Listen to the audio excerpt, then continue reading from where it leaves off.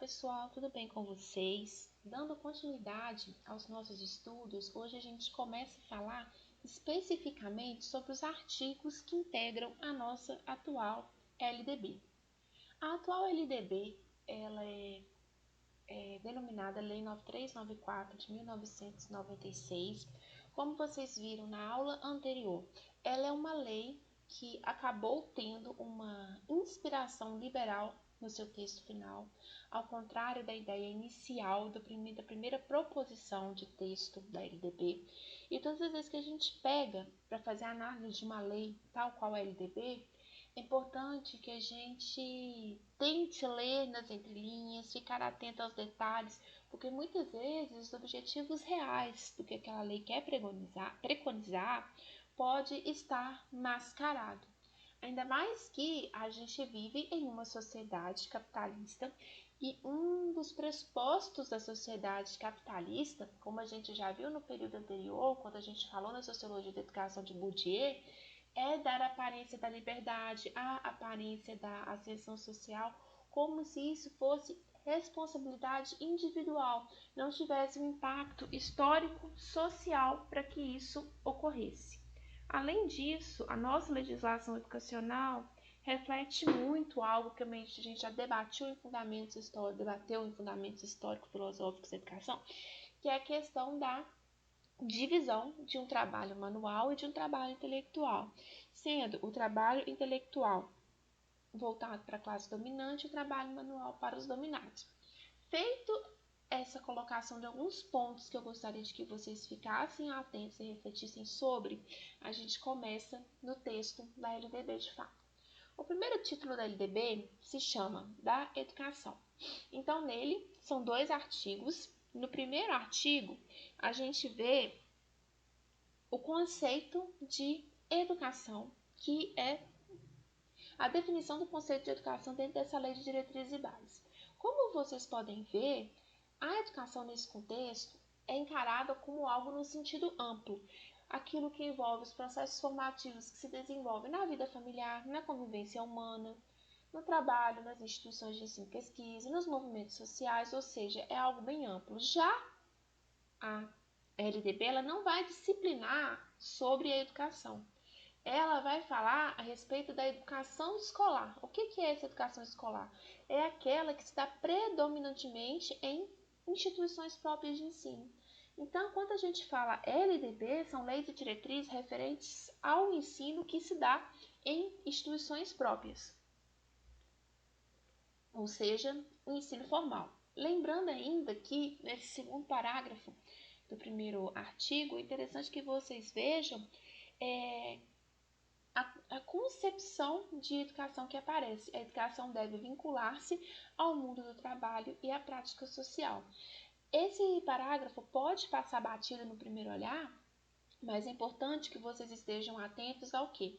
Que isso aí, que esse do mundo do trabalho e a prática social culmina em mostrar para a gente qual tipo de sujeito que essa sociedade quer formar, ou seja, um sujeito para o mundo do trabalho e para a prática social. Nos mostra qual é a concepção de homem, qual é a concepção de sociedade e qual é a concepção de educação que a gente vai se deparar ao longo do texto da LDB. O segundo título da LDB diz respeito dos princípios e fins da educação nacional. O primeiro ponto que eu quero chamar a atenção para vocês é logo o comecinho desse parágrafo que diz que a educação é dever da família e do Estado. Isso aí nos lembra algo que a gente viu na aula quando a gente falou da LDB de 61 e 71. Vocês lembram que o texto da LDB de 61 ficou por vários anos em tramitação? E a gente viu uma disputa, a gente vê aqui que está se falando a educação, não a escolarização, e coloca a educação como dever da família e do Estado. Isso está muito ligado à briga que a gente teve na LDB de 61, que ainda hoje se faz de certa forma presente, que era a rixa que a gente tinha entre a escola pública e a escola privada defendendo que a educação não deveria de ser papel do Estado, de haver uma liberdade. Relembre um pouquinho a aula da LDB de 61 e 71 que a gente fala sobre esse tema.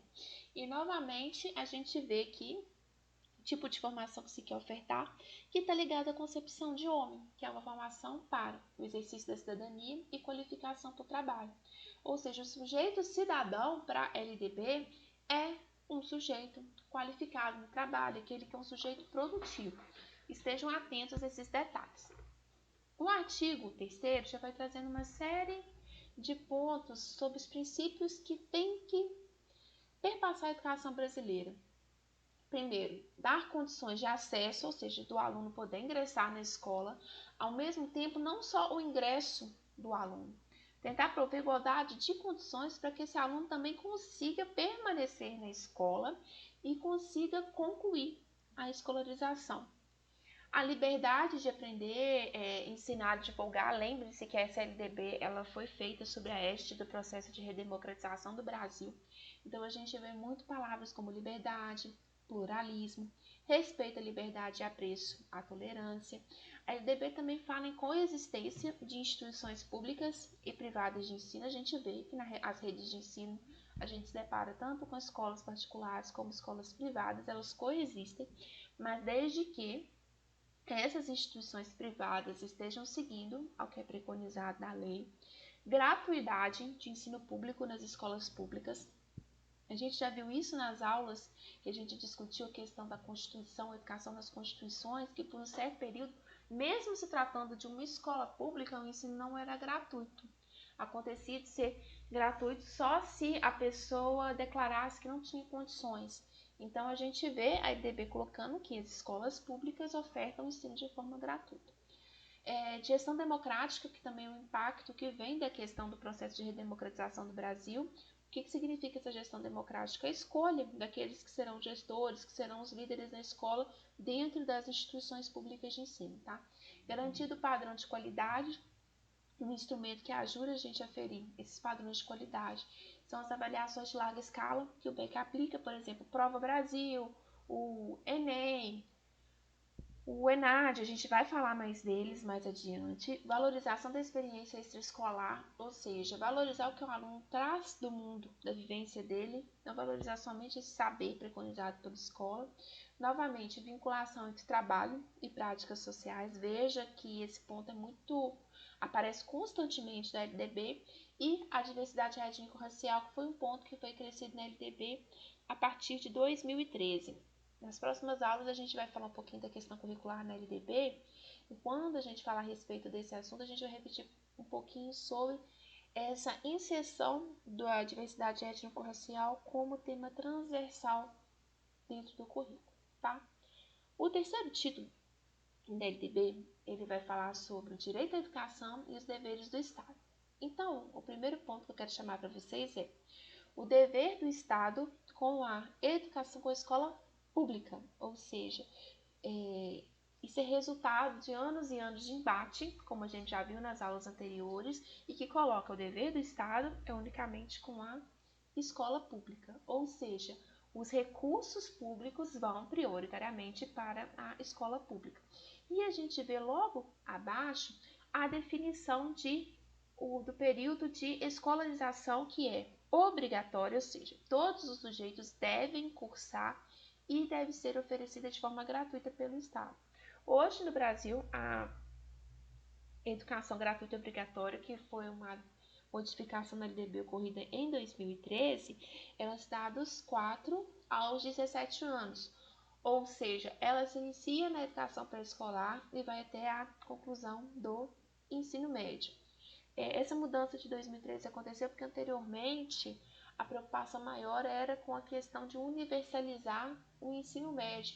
E a gente vê que com o passar dos anos, desde que a LDB foi promulgada, algumas mudanças aconteceram e a gente vê hoje caminhos e tentativas de se universalizar o acesso e permanência ao ensino médio. Quando a gente fala, gente, em educação no Brasil, vocês viram no slide anterior a gente falando de educação básica, quero explicar para vocês o que é educação básica. No Brasil, existem 2 níveis de educação: educação básica e educação de nível superior. A educação básica ela é composta pela educação infantil, ensino fundamental e ensino médio. A educação infantil ela se subdivide em 2 etapas: a creche que acontece do 0 aos 3 anos de idade, a pré-escola, que é dos 4 aos 5 anos de idade. Isso é a educação infantil. Em 2013, a gente teve mudanças que o ingresso no ensino fundamental modificou, passou, antes ingressava-se com 7 anos, agora se ingressa com 6 anos. Então, o ensino fundamental, a gente vê que ele é dividido em 2 etapas. O ensino fundamental 1, que se dá do 1º ao 5º ano, e o ensino fundamental 2, que se dá do 6º ao 9º ano. E depois a gente vê a última etapa da educação básica, o ensino médio. Então, a educação básica é composta pela educação infantil, pelo ensino fundamental e pelo ensino médio. A educação, a partir de 2013, ela se tornou gratuita às crianças de até 5 anos de idade. A gente vê também que a LDB assegura o direito de um atendimento educacional especializado para os sujeitos que têm necessidades educacionais específicas em todos os níveis, etapas e modalidades, ou seja, na educação básica, no ensino superior, que seja na EJA, na educação à distância, na educação presencial, as pessoas que fazem parte do grupo do atendimento educacional especializado, eles têm esse direito resguardado por lei. A LDB também fala de acesso público e gratuito ao ensino fundamental e médio para aqueles que não concluíram na idade certa. Acesso aos níveis mais elevados de ensino. Quais são os níveis mais elevados de ensino? Isso chama muita atenção. Quais são os níveis mais elevados de ensino pela nossa LDB? O ensino superior. O ensino superior, veja o que a LDB coloca, ele não é de acesso gratuito e obrigatório. Ele é segundo a capacidade de cada um. Olha o discurso liberal gritando aqui. O acesso ao ensino superior, ele não é assegurado para todas as pessoas. Não adianta, como se diz, você querer que você vai ter acesso ao ensino superior. Vai depender da sua capacidade. Mas essa capacidade traz para a gente também a questão de debater a desigualdade educacional no Brasil. Então vejam aí, a educação superior não é prioridade e ela é assegurada pelo acesso segundo a capacidade de cada um. Agora, o que é essa capacidade de cada um? Oferta de ensino noturno regular, de acordo com as condições do educando, e fala também da necessidade de oferta de educação de jovens e adultos. Falaremos disso mais à frente, tá? Programas suplementares em todas as etapas. O que são os programas suplementares? Vamos falar dele quando a gente for falar a respeito de financiamento da educação, que é o Plano Nacional do Livro Didático, que garante livro didático gratuito para os alunos das escolas públicas. O transporte escolar, lembra aqueles ônibusinhos amarelos do caminho da escola, que está escrito PDE, Plano de Desenvolvimento da Educação. Alimentação, assistência, saúde. Vaga, isso aqui também é muito importante. Os alunos da educação infantil do ensino fundamental, eles têm assegurados por lei o direito de ter vaga na escola mais próxima de sua residência, tá? A pessoa tem direito de pedir isso judicialmente, tá? Quando a criança também, uma pessoa, ela passa por um período de internação, de hospitalização, ela tem também, é uma modificação da LDB que veio de 2018, o aluno da educação básica tem direito a atendimento educacional diferenciado devido a essa condição.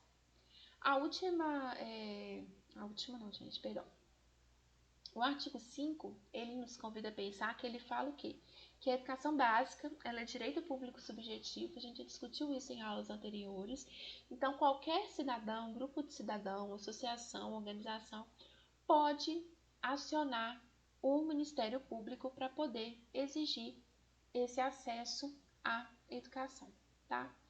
E para poder garantir que esse acesso à educação aconteça, alguns mecanismos são necessários. Por exemplo, recenseamento anual do número de crianças e adolescentes em idade escolar, de jovens e adultos que não concluíram a educação básica na idade certa, chamada pública para as matrículas. Reparem para vocês verem como que, por exemplo, o Estado, as escolas estaduais, as escolas municipais, essas secretarias de educação desses órgãos costumam fazer chamada para cadastramento dos alunos para o próximo ano letivo, como as instituições federais realizam o processo seletivo e zelar junto aos pais e responsáveis pela frequência do aluno. Em todas as esferas administrativas, a prioridade é assegurar primeiro o ensino obrigatório. Enquanto mais para frente nós vamos ver que os entes federativos, cada um deles tem uma responsabilidade dentro da educação. E vocês vão ver que cada ente ele deve primeiro assegurar esse ensino obrigatório que é de sua responsabilidade, para depois poder galgar outros níveis de ensino, tá? Qualquer pessoa tem direito de peticionar o poder público pela exigência dessa educação obrigatória. E quanto a essa responsabilidade pela educação obrigatória ela não é cumprida pelo ente federativo, culmina em crime de responsabilidade, tá? Os pais, eles têm o dever de realizar a matrícula da criança na escola a partir dos 4 anos de idade, tá? No Brasil, a única forma aceita de escolarização é na escola, a gente não tem outra prevista em lei. Por isso que homeschool não cola no Brasil, porque existe o dever e a responsabilidade de matrícula na escola tal qual a gente conhece, tá? A iniciativa privada, ou seja, as instituições particulares, elas podem ter suas escolas, ofertar educação básica, desde que ela cumpra as regras gerais que valem para toda a educação nacional, tenha autorização para funcionar e sejam avaliadas quanto à qualidade do ensino e tenham a capacidade de se autofinanciar. Isso aqui é muito importante, porque a gente viu por um longo período da nossa história, as instituições privadas de ensino, elas queriam funcionar, mas contando com financiamento público. Agora, tanto a LDB quanto a Constituição deixa claro, sim, você pode funcionar, mas desde que você tenha capacidade de se autoprover e de se autofinanciar.